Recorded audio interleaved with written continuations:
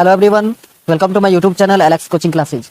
तो बच्चों, हम लोग पढ़ रहे थे ओसवाल का सैंपल पेपर 3, जिसके 2 वीडियो ऑलरेडी हमने अपलोड कर चुका है। पहला ऑब्जेक्टिव क्वेश्चन था 1 to 20 मार्क्स। दूसरे वीडियो में मैंने आपके साथ 2 मार्क्स क्वेश्चन डिस्कस किया था। इस वीडियो में section C 3 marks question discuss करेंगे। तो चलिए वीडियो को स्टार्ट करते हैं बिना टाइम वेस्ट किए हुए। अगर आप नए व्यूअर्स हैं तो चैनल को सब्सक्राइब कर लीजिए, बेल आइकन को प्रेस कर दीजिए, सो दैट किस टाइप की वीडियो आपको मिलता रहे।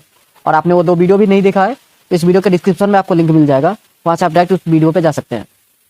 पहला क्वेश्चन है prove that √5 is an irrational number. ये क्वेश्चन ऑलरेडी मैंने प्रीवियस वीडियो में ही बता दिया था। तो आज हम क्वेश्चन नंबर 27 से स्टार्ट करेंगे। 27 नंबर क्वेश्चन है, if the ratio of the sum of the first and term of 2AP is 7n+1 is to 4n+27, then find the ratio of 9th term. 2AP है जिसके SN का ratio दे दिया है, तो आपसे पूछ रहा है कि 9th टर्म का रेशियो क्या होगा। तो बच्चों देखो, बहुत आसान। सबसे पहले आपको लिखना है let small a and capital A be the first term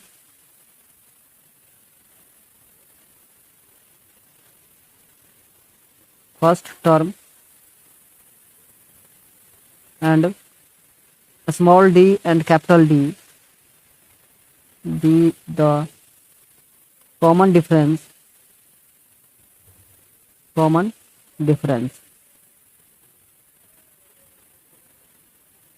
तो SN first AP, second AP का S कैपिटल N ले लेते हैं। तो n/2 2A plus n-1 into D। यहाँ पर n क्या है, नंबर ऑफ टर्म्स। इसका भी सेम होगा, n/2 2A, तो 2 capital A plus n-1 into D capital D। तो n/2 से n/2 कैंसिल हो जाएगा। अब ये रेशियो इक्वल था किसके, तो 7n+1 बाय 4n प्लस का 27, ये इक्वल हो जाएगा 2A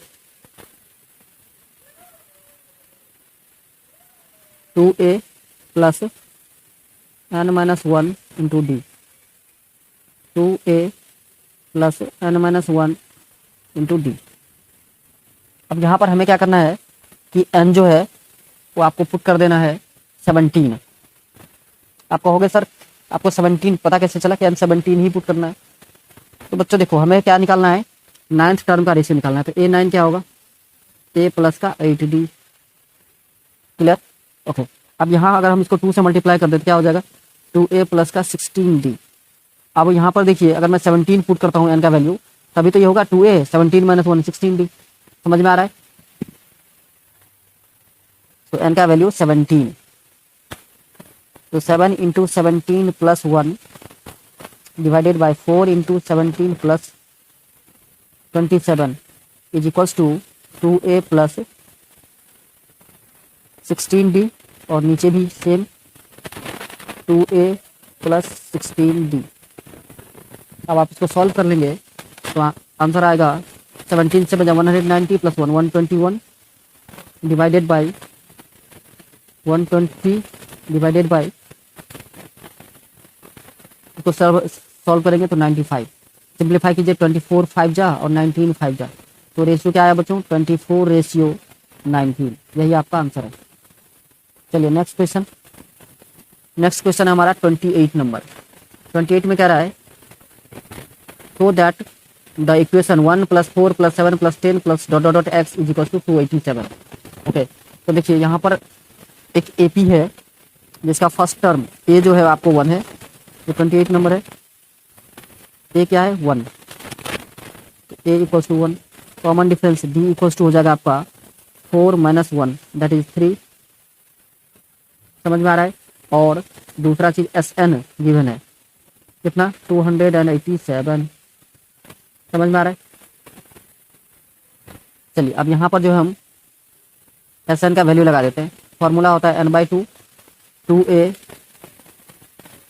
plus n-1 into D। तो n/2 2A means 2 into 1 plus n-1 और D का वैल्यू 3।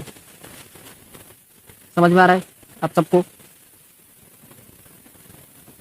तो 287 इज इक्वल टू n हमको नहीं दिया है, तो n एज इट इज रखना है, बाई 2 2 + 3n -3। तो 287 into 2 is equals to n into 3n-1। 7 2 जा 14, 8 2 जा 16, 117, 2 2 जा 4 और 1 5। So 574 is equals to 3n square minus n। बात आ रही है समझ में? अब हमें क्या करना है, 574 को राइट हैंड साइड ले आइए, तो 3n square minus n minus 574 is equals to 0। अब हमें क्या करना है बच्चों, यहाँ पर 574 को फैक्टराइज करना है। तो हमारा जो फैक्टर आ रहा है वो बन रहा है 42n और 41n। तो 3n square minus 42n plus 41n minus 574 equals to 0। 3n common निकालो, n माइनस का 14 प्लस 41 कॉमन निकालो, तो n माइनस का 14, तो n माइनस 14 इक्वल्स टू 0। तो n इक्वल्स टू कितना हो गया, 14। समझ में आ रहा है? और ये तो वैल्यू पॉसिबल होगा नहीं, 3n प्लस 41 इक्वल्स टू 0, तो n का वैल्यू आएगा -41/3। ये पॉसिबल नहीं होगा, तो लिखने की कोई जरूरत ही नहीं है। चलिए नेक्स्ट, हमें क्या निकालना था, x निकालना था। तो x जो क्या है, x जो हमारा 14th टर्म है, क्योंकि an x दिया था, an इक्वल्स टू x था, तो a14 equals to x। a14 को क्या लिखेंगे, a प्लस का 13d equals to x। a का वैल्यू ऑलरेडी आपको दे दिया था, कितना, तो 1। तो 1 plus 13 into 3 equals to x। तो x इक्वल्स टू 40। यही आपका आंसर है। चलिए नेक्स्ट, क्वेश्चन नंबर 29। करें 2 points A and B are on the same side of a tower and in the same straight line with its base. The angle of depression of these 2 points from the top of a tower are 60 degree and 45 degree respectively. If the height of the tower is 15 meter, find the distance between these point. Okay, देखिए बोला एक tower है जो 15 metre के height का है, 2 point है A और B सेम साइड में और एक ही लाइन पर, ठीक है। उसका एंगल ऑफ डिप्रेशन आपको दे दिया है 45 और 60। तो आपसे पूछ रहा है कि बताइए उस दोनों पॉइंट के बीच का डिफरेंस क्या है। तो सबसे पहले इसमें एक फिगर की जरूरत पड़ेगी आपको। सपोज कर लीजिए कि ये एक टावर है और इस लाइन पे 2 पॉइंट है। एंगल ऑफ डिप्रेशन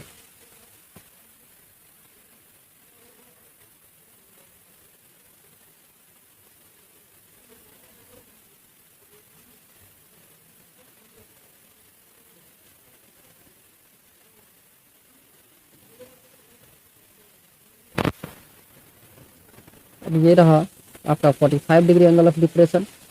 ये 45 है बच्चों, तो ये 45 हो जाएगा। और दूसरा 60, मतलब सपोज कीजिए ये 60 है तो ये 60 हो जाएगा। समझ में आ रहा है? 2 पॉइंट था A और B, तो लेट कीजिए ये A है और ये आपका B है। इसको हम C लेट कर लेते हैं और इसको D। कोई दिक्कत? ये टावर 15 मीटर है।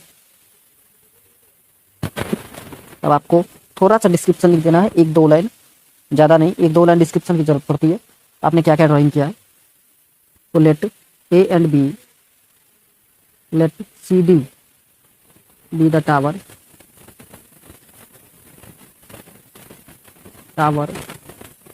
and A, B are 2 points.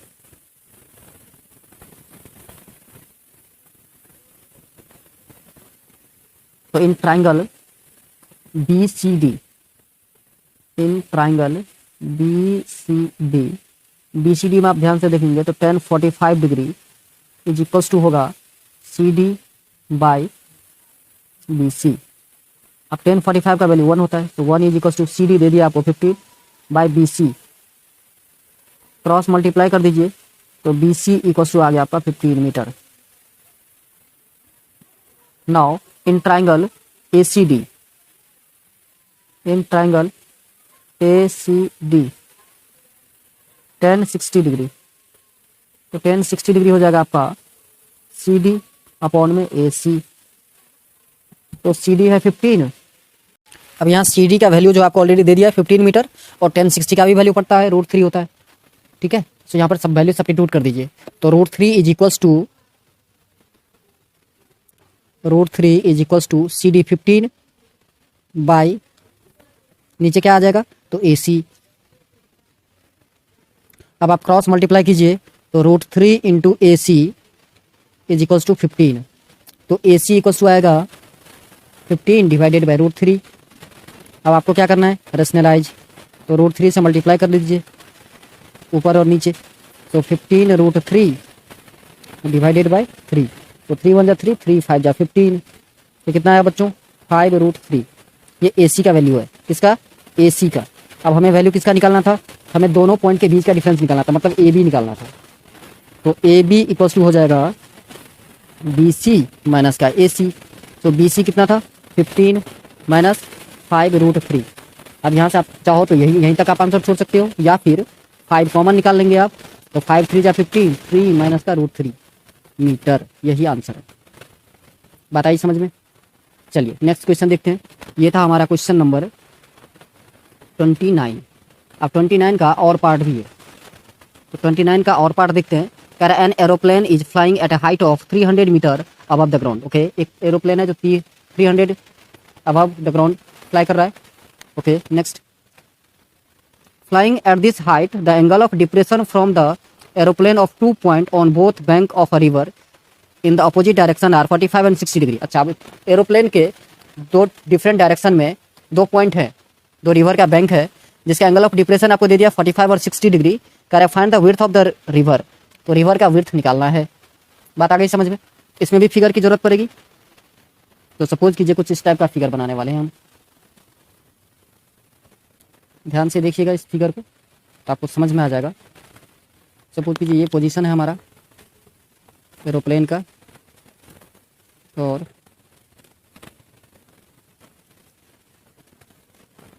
Angle of depression यहाँ बनाना है हमें।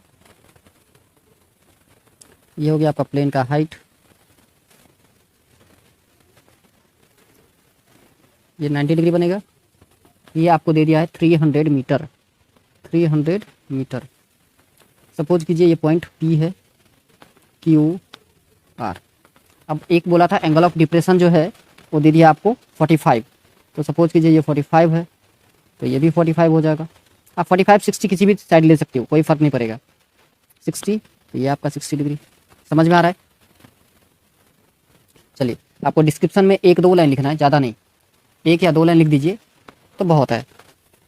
Late P be the point, और let P be the position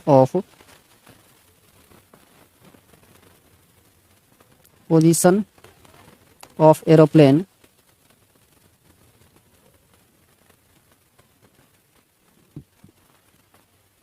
which is 300 metre above from the ground, above from the ground। बस इतना लिख देना है आपको, from the ground, and Q, R be the two bank of river। समझ में आ रहा है। ओके, सो पहला ट्रायंगल PQR ले लिए, तो यहाँ पर अब हम M ले लें। In triangle PMR, in triangle PMR 1045 degree is equal to perpendicular, means PM by base, base हमारा है MR। अब 1045 का वैल्यू बच्चों 1 होता है। So 1 is equal to PM दे दिया है आपको 300 by MR। As it is लिखना है आपको। चलिए अब दोनों को क्या करेंगे, प्लस कर देंगे हम। तो MR कितना आ गया, 300।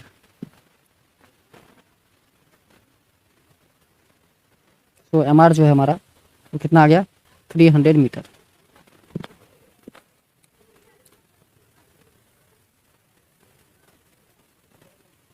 तो MR is equal to 300 metre. अब दूसरा ट्रायंगल कंसीडर करना है आपको, ट्रायंगल QMP या PMQ, triangle PMQ। In triangle P M Q 1060 degree, तो 1060 degree is equals to P M by Q M. अब 1060 का वैल्यू होता है √3, so √3 is equals to 300 by Q M. Cross multiply कीजिए तो Q M is equals to 300 upon में √3 होगा। अब क्या करना है आपको, रेशनलाइज कर दीजिए। सो 300 √3 डिवाइडेड बाई 3, 3 से 300 जा, तो कितना आया बच्चों, 100 √3, 100 √3। आप √3 का चाहो तो यहाँ पर वैल्यू पुट कर सकते हो। सो 100 इंटू 1.732, 1.732, तो ये आंसर आएगा 173.2। अब क्या पूछ रहा था आपको, width of the river, width of the river, width of the river मतलब दोनों तरफ ऐड कर देना है आपको। तो पहले कितना आया था 300 और ये 173, सो 300 प्लस 173.2, तो आएगा 473.2 मीटर, यही आंसर है। चलिए नेक्स्ट क्वेश्चन हमारा जो है क्वेश्चन नंबर 30। 29 का और पार्ट ऑलरेडी हमने आपको समझा दिया है। अब क्वेश्चन नंबर 30 है, कह रहा है A B is a chord of circle with centre O. A B chord है सर्कल, और ए बी जो है आपका, ए बी कॉर्ड है, ओ सेंटर है। At B a tangent P B is drawn such that the length is 24 centimetre, the distance of P from the centre is 26। P का जो distance है वो 26 है।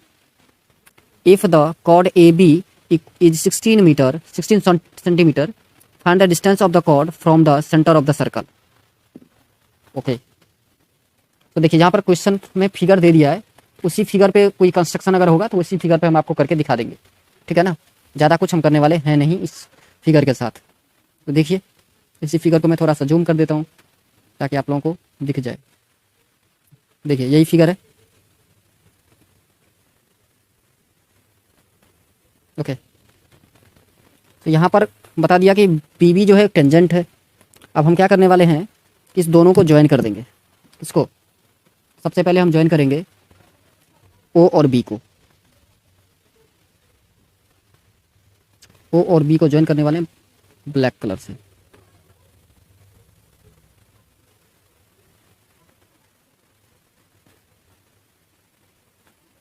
ओ और बी को ज्वाइन करने वाले हैं, ये देखिए हो गया ज्वाइन।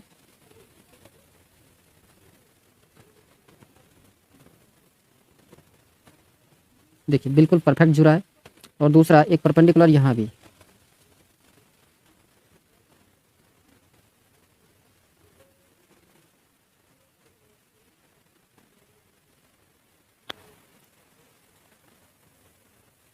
ओके परफेक्ट जुड़ा है बच्चों। तो आप सबको पता होगा कि टेंजेंट जो होता है वो परपेंडिकुलर होता है, ठीक है ना, पॉइंट ऑफ कॉन्टैक्ट पर। तो ये हमारा जो है ये पॉइंट ऑफ कॉन्टैक्ट पर परपेंडिकुलर, मतलब ये 90 डिग्री हो जाएगा, ठीक है। और दूसरा ये हमने परपेंडिकुलर ड्रॉ किया तो ये भी 90 डिग्री हो जाएगा। समझ में आ रहा है, ओके। अब जो सब दिया था वो देखिए, ये 24 सेंटीमीटर है, और दूसरा ये जो है आपका ये 26 सेंटीमीटर है। क्लियर, समझ में आ रहा है। अच्छा अब देखिए दो ट्रायंगल, यहाँ पे दो राइट एंगल ट्रायंगल आपको दिख रहा होगा क्लियर कट। एक राइट एंगल ट्रायंगल है हमारा O B P. So in triangle O B P, in triangle O B P, तो ओ बी पी में अगर हमें ओ बी निकालना हो, ओ बी इक्वल्स टू हो जाएगा under root O P square minus O P B square, ठीक है। सो रूट अंडर 26 का स्क्वायर माइनस 24 का स्क्वायर। सो 26 का स्क्वायर होता है बच्चों 676, और 24 का स्क्वायर 576। सो रूट 100, और 100 का रूट होता है 10। सो 10 सेंटीमीटर आ गया हमारा रेडियस। इस सर्कल का रेडियस कितना हो गया, 10 सेंटीमीटर। ओके, बहुत आसान। अब यहाँ पर एक पॉइंट आपको जो है कुछ भी ले लेना है।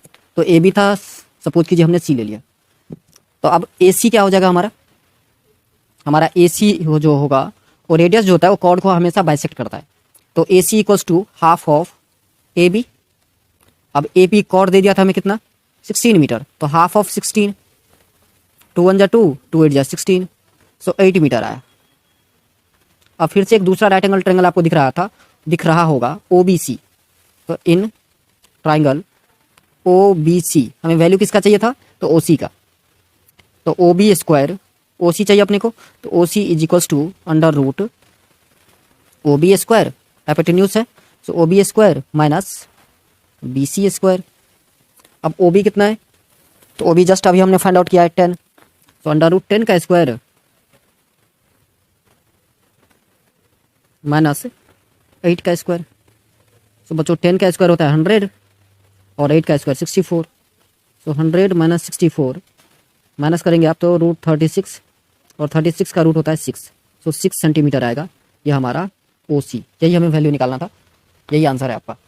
क्लियर। और जहाँ तक डिस्क्रिप्शन की बात है तो बस आप सिर्फ गिवन दैट करके लिख देना, AB is a chord of circle with centre O, PB is a tangent, बस इतना लिख करके डिस्क्रिप्शन 1-2 लाइन छोड़ सकते हो आप।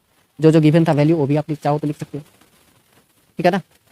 हाँ, और कंस्ट्रक्शन जो आपने किया वो लिखना मत भूलना। OC परपेंडिकुलर AB जो हमने किया है और O और B को ज्वाइन किया, ये भी आप लिख देना तो अच्छा रहेगा, ठीक है। चलिए आगे बढ़े, आगे बढ़ते हैं। तो नेक्स्ट क्वेश्चन जो है हमारा वो सर्कल से रिलेटेड है। फिर से क्वेश्चन कह रहा है, in figure PQ and RS are two parallel tangent to a circle with centre O and another tangent AB will have point of contact C intersecting PQ at A and RS at B, prove that AOB is equals to 90 degree. हमें prove करना है कि AOB जो है वो 90 degree है। तो देखिए ये क्वेश्चन आपने NCERT में किया होगा, NCERT का डायरेक्ट क्वेश्चन है बच्चों। NCERT का कैसा क्वेश्चन है, डायरेक्ट क्वेश्चन है ये, ठीक है ना। ये आपने प्रूफ किया है ऑलरेडी। हमें ये एंगल पूछ रहा है कि इस एंगल को बताओ, ये 90 डिग्री है। बहुत आसान है बताना। सबसे पहले आप कंस्ट्रक्शन यहाँ करने वाले हो, ज्वाइन करने वाले हो कुछ पॉइंट को, वो आप कंस्ट्रक्शन लिख देना, ठीक है। क्या क्या ज्वाइन करने वाले हैं, तो देखिए सबसे पहले हम O और D को ज्वाइन करने वाले हैं। O को D के साथ हो गया ज्वाइन, और दूसरा O को E के साथ भी ज्वाइन करना है अपने को, O को E के साथ, और OC को भी ज्वाइन करना है।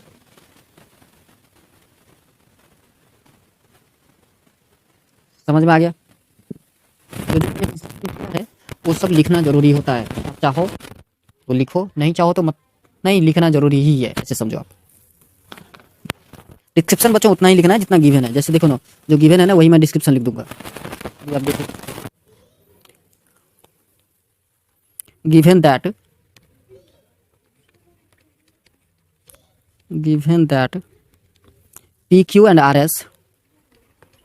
PQ and RS are two parallel tangent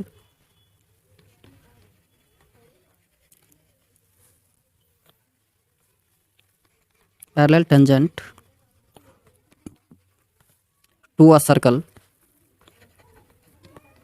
with center O।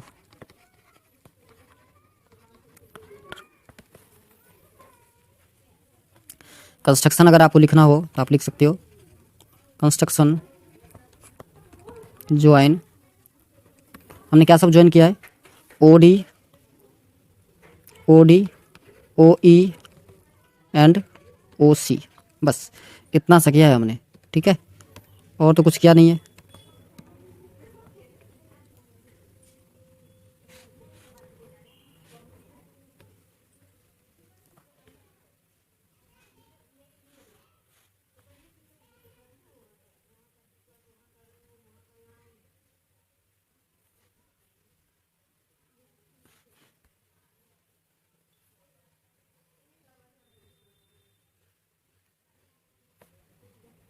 ये देखिए, ये हमारा ज्वाइनिंग जो था, डिस्क्रिप्शन बता दिया आपको कैसे लिखना है। चलिए अब हम ट्रायंगल में लेते हैं, कौन कौन से ट्रायंगल में क्या प्रूफ करना है। तो देखिए यहाँ से 2 ट्रायंगल लेना है आपको, पहला AOD और AOC। तो in triangle AOD and triangle AOC, इस दोनों ट्रायंगल में आप ध्यान से देखेंगे तो AD equals to AC, AD equals to AC। आप कहोगे सर क्यों, तो tangent from the same external point A आपको लिखना है, tangent from same external point A, reason लिखना होता है बच्चों, लिख लोगे आई थिंक आप लोग। दूसरा है कि OC इक्वल्स टू OD। अब ये क्यों हो गया सर जी, तो बच्चों रेडियस है ये, चलो ठीक है। Third OA equals to OA, sir पता चल गया, कॉमन साइड आप लिख रहे हो, बिल्कुल सही समझा आपने, कॉमन साइड। तो आप देख रहे हो 3 साइड इक्वल हो गए, तो इसका मतलब हो गया कि ट्राइंगल AOD जो होगा वो कॉन्ग्रुएंट हो जाएगा ट्राइंगल AOC के। अगर ये दोनों ट्राइंगल कॉन्ग्रुएंट हो गया तो एंगल AOD इक्वल हो जाएगा एंगल AOC के बाय CPCT। चलिए दूसरा ट्राइंगल लेना है आपको BOC और BOE। तो इन ट्राइंगल, या आप ऐसे भी लिख सकते हो, सिमिलरली